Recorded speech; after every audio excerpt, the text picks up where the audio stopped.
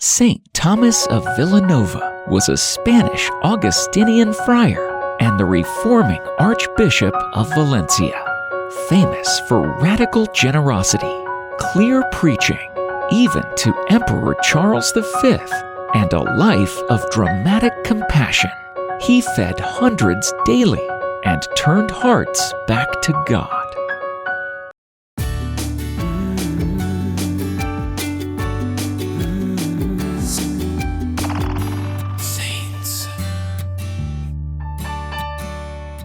Thomas's story begins in Spain, in the Diocese of Toledo, in the year 1488.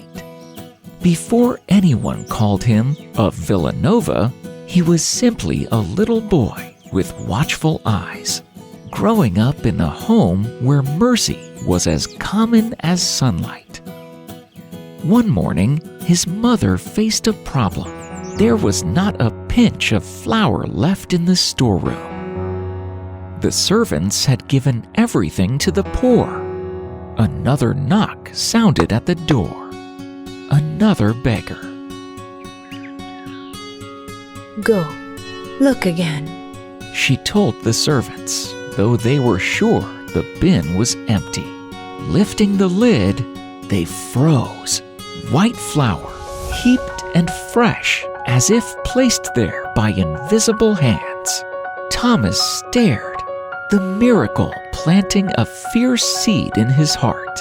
God refills what love empties. At 15, Thomas went off to study.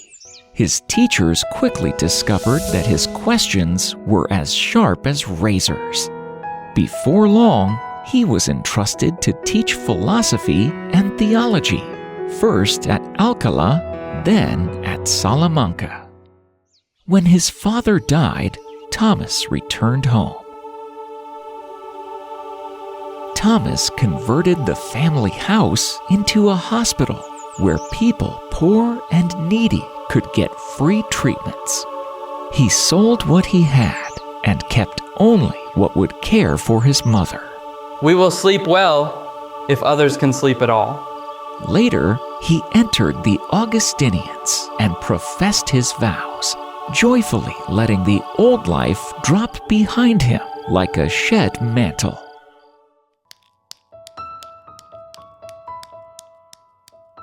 Brother Thomas, the prior said one evening, catching the young friar coming back from the poor quarter. you spend yourself so freely. Aren't you afraid you'll run out? Thomas smiled. When I was a boy, an empty jar became full. I learned not to fear emptying myself. Word of his preaching spread. People said he reminded them of St. Paul or even Elijah because his words seemed to swing open doors inside hard hearts. The Emperor Charles V slipped into crowds to hear him. When he listened to Thomas preaching, the king decided to finally name Thomas as his official preacher.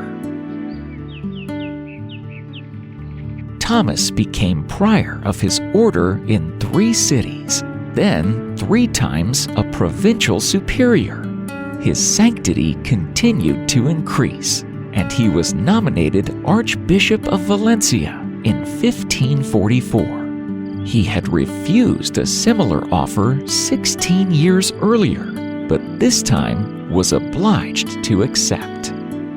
Hello, everyone. Have you seen our brand new show called Shining Faith for Kids? Here we learn about God's love through fun stories, songs, and adventures with my glowing friend Glow. I also have an appeal for support from our viewers. We haven't earned any revenue from YouTube for the past 6 months, but we continue creating content with heart and purpose. If you've been touched by our videos, we request you to take a subscription via Patreon, which will entail you to a lot of benefits, including early access and credits. Or you can make a one-time donation through PayPal. If you can't support us financially, we truly appreciate your prayers. Your prayers help us keep sharing God's love with little ones everywhere. Please find the links in the description below. Every contribution makes a big difference. Thank you all for watching our videos. God bless you. After a long drought, Rain fell on the day he assumed his new office. No trumpets, no fanfare. Thomas came as a pilgrim with one companion, mud on their hems, knocking for shelter at an Augustinian house. The monks didn't recognize him and asked them to wait for some time. Rain began, at first curious as a sparrow's peck, then a sweeping, soaking mercy that turned the courtyards into mirrors. The prior hurried back, flustered. Forgive me. Are you the Archbishop? I am Thomas, and I am here to serve. From that hour, something rippled through the city. When he was given funds to build a grand residence for himself, he chose to build a hospital instead. His first official visit? The prison, where iron met skin and hope grew thin. He ordered lists of the poor, the orphans, the foundlings. Soon, 2/3 of his income was pouring toward them. Each day, 500 people ate because the Archbishop placed bread in their hands. And little by little, as if God were refilling the city's heart, the selfish became generous, the careful became brave. One afternoon, a boy tugged his sleeve outside the cathedral. My sister is sick. We've sold what we can. Mama says, she says God might not see us. Thomas crouched to eye level. God has not forgotten your door, he said, hand on the boy's shoulder. He sent medicine and meat for the family and arranged schooling for the boy. Small miracles of timing and tenderness that felt as real as the rain that had once broken the drought. A courtier once asked, half admiring, half annoyed, after Thomas had redirected yet another grand donation toward the poor, "Why do you do these things?" because love must look like something. A loaf, a blanket, a door opened. The years moved quickly. Work multiplied.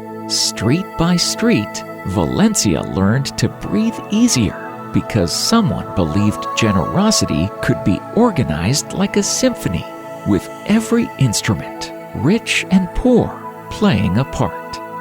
And when illness finally came for him in early September 1555, Thomas asked for no soft landing.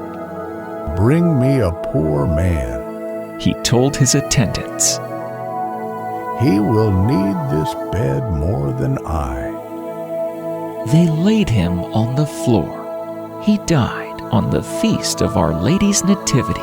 Some whispered he might be the only poor man left in the whole diocese.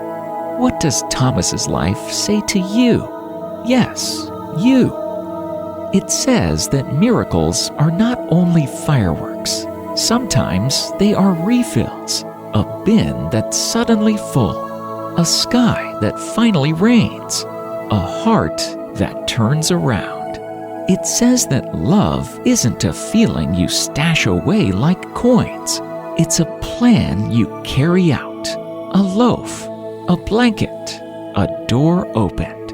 It says that if you start with the nearest hunger, God can do the multiplying.